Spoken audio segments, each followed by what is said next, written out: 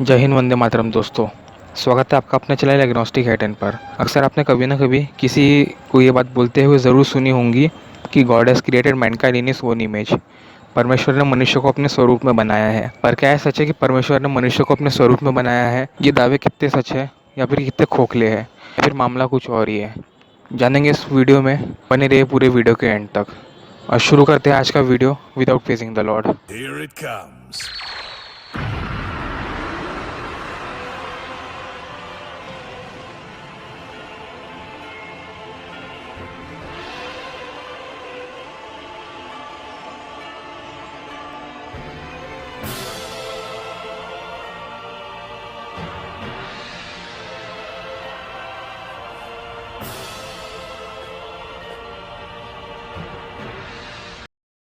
Christians जो कि इस बात को क्लेम करते हैं कि God has created Mankind in his own image, इसमें दो टाइप के बिलीफ होते हैं उनमें भी।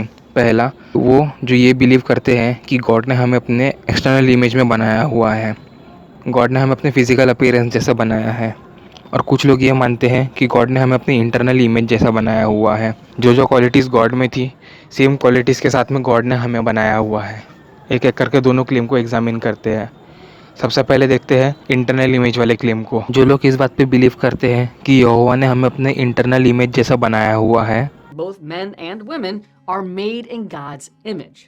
Let us make human beings in our image to be like us, says Genesis chapter 1 verse 26 in the NLT. We did not evolve from lower forms of life. We were created directly by God to represent Him on the earth and have dominion over every other creation in His name. Having God's image means we are fashioned to resemble and represent God on the earth. Some Christians like to say we are imagers of God. Our likeness with God is not a physical resemblance. Instead, God's likeness denotes our capacity to rule over creation and be in relationship with God and other humans, and to exercise reason, intelligence, speech, moral consciousness, creativity, rationality, and choice. Since the beginning of time, God has desired to bless us and enjoy close fellowship with us. And for this reason, He made us like Himself. इस claim के हिसाब से यहोवा ने हमें अपने internal form जैसा बनाया हुआ है, और जो जो क्वालिटीज़ यहोवा में है, सेम टू सेम क्वालिटीज़ हम में भी है। गॉड के अंदर में मोरालिटी, क्रिएटिविटी, रैशनैलिटी और इंटेलिजेंस सबसे ज़्यादा है। बाइबल में Psalms chapter number 147 verse number 5 में लिखा हुआ है, great is our lord and mighty in power, his understanding had no limit. God के अंडरस्टैंडिंग के कोई लिमिट नहीं है। गॉड सुप्रीम इंटेलिजेंट है, और जो कि गॉड ने हमें अपनी इमेज में बनाया है, तो इस हिसाब से हम ह्यूमंस में भी creativity, rationality, intelligence high amount में होना चाहिए। पर जब हम देखते हैं book of Genesis chapter number 3, Adam Eve और स्नेक की कहानी, वर्स नंबर 5 में लिखा है, for the God know that when you eat from it your eyes will be open, you will be like God knowing good and evil. जब snake Adam और Eve के पास में आता है, उनसे आके कहता है, तुम वो एप्पल खा लो। वो एप्पल खाने के बाद में भी तुम में भी नॉलेज आ जाएंगी गुड और ईवल को पहचानने की। और जब एडम और ईव वो एप्पल खा लेते हैं, उन लोगों की आंखें खुल जाती है, उनके अंदर नॉलेज आ जाता है, वो भी गुड और ईवल को पहचान लेते हैं।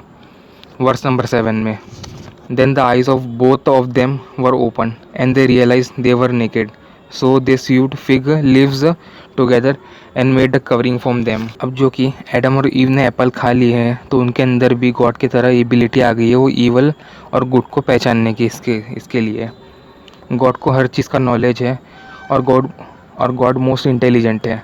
और गॉड ने जो कि हमें अपनी इमेज में बनाया हुआ है, तो हम में भी गुड और ईवल को पहचानने की एबिलिटी सबसे स्टार्टिंग से होनी चाहिए थी।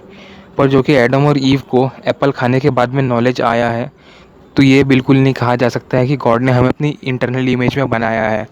अगर इंटरनल इमेज में बनाया होता, तो एडम और ईव के पास में भी गुड और ईवल को पहचानने की नॉलेज होती। पर उन लोगों को नॉलेज एप्पल खाने के बाद में मिली है, और यहोवा इस बात को एडमिट भी करता है। Chapter number 3 verse number 27, and the lord said that the man has now become like one of us, knowing good and evil. He must not be allowed to reach out his hand and take also from the tree of life and live forever. देख सकते हैं कि यहाँ यहोवा बोल रहा है कि Apple खाने के बाद में ह्यूमंस भी हमारी तरह बन गए हैं, उनको भी गुड और इविल का नॉलेज आ गया है।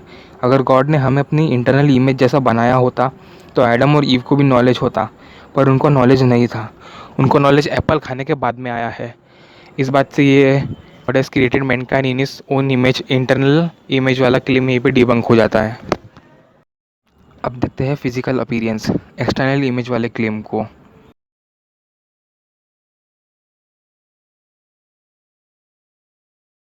कुछ लोगों का ये मानना है कि गॉड फॉर्मलेस है, गॉड निराकार है, और कुछ लोगों का ये मानना है कि गॉड का फॉर्म है, गॉड साकार है। इसमें फॉर्मलेस निराकार वाले क्लेम को सबसे पहले देखते हैं। अगर गॉड फॉर्मलेस है और जो कि गॉड ने हमें अपनी इमेज में बनाया है, तो हमें भी फॉर्मलेस होना चाहिए था, जो कि हमारा फॉर्म है।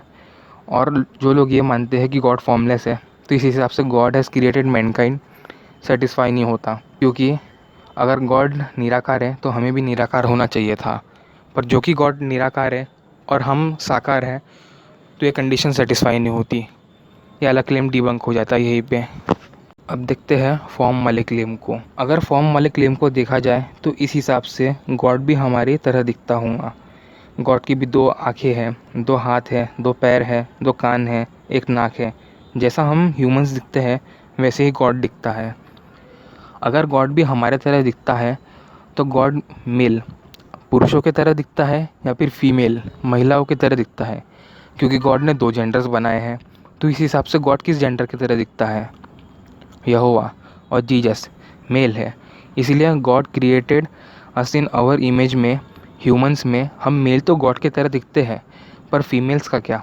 फीमेल्स का फिजिकल अपीयरेंस तो मेल से अलग है, टोटली अलग है। अगर गॉड ने एडम और ईव को दोनों को अपनी इमेज में बनाया, तो क्या जीसस फीमेल की तरह भी दिखता है? क्योंकि फ़ीमेल का फिजिकल अपीयरेंस तो मेल से बिल्कुल टोटली अलग है। अब जबकि जीसस मेल है और मेल की तरह दिखता है, तो ये बात मैनकाइंड को अपनी इमेज में बनाया हुआ है फुलफ़िल नहीं होती है। क्रिश्चियनिटी में जो भी गॉड के बारे में अजम्पशन है, वो बिल्कुल पूरे मेल वाले तरीके से है। चाहे गॉड की इंटरनल इमेज में ले लो या फिर एक्सटर्नल इमेज में ले लो, दोनों ही तरीके से में क्रिश्चियनिटी में गॉड को एज ए मेल कैरेक्टरिस्टिक की तरह डिफ़ाइन किया हुआ है, फीमेल के तरीके से नहीं।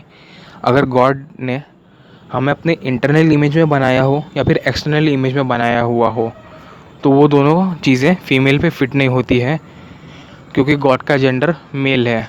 अगर गॉड ने मैनकाइंड को अपनी इनर इमेज में बनाया हो या फिर अपनी एक्सटर्नल इमेज में बनाया हो, दोनों ही बातों में ये बात फुलफ़िल नहीं होती है कि हम गॉड की इमेज की तरह बने हुए हैं। इसलिए ये बात the God has created the Mankind in his own image एक झूठ है और कुछ नहीं। सच तो ये है कि the human has created the God in his own image, कि हम मनुष्य ने गॉड को अपने स्वरूप में बनाया हुआ है। जैसा हम गॉड को बनाना चाहते थे वैसा हमने गॉड को बनाया हुआ है। इसलिए दुनिया की जितनी भी सिविलाइजेशंस देख सकते हैं जिन्होंने गॉड के बारे में अजम्पशन किया हो और गॉड के बारे में बताया हुआ हो, उसमें देखा जा सकता है कि उनके गॉड्स भी उन्हीं की तरह दिखते हैं। जैसा वो लोग पहनावा पहनते हैं, जैसा वो लोग ड्रेस ओवर करते हैं, उनके गॉड भी वैसे ही same to same dress over करते हैं। Same to same physical appearance वाला भी रखते हैं उनको वैसा ही। और गॉड की इनर इमेज भी उन लोग ने वैसी ही बनाई है जैसा वो लोग बिहेव करते थे। अगर कई लोग शांत स्वरूप के हैं तो वो भी अपने गॉड को शांत स्वरूप का बनाए हुए हैं। जो लोग गुस्सैल और थोड़े झगड़े वाले किस्म के टाइप के थे, उनका गॉड भी वैसे ही झगड़े और गुस्सैल किस्म के टाइप का है। इससे यही साबित होता है कि human has created the God in his own image, ना कि God has created the human in his own image. मिलते हैं अगले वीडियो में, तब तक पेड़ लगाएं, पर्यावरण बचाएं। जय हिंद, वंदे मातरम।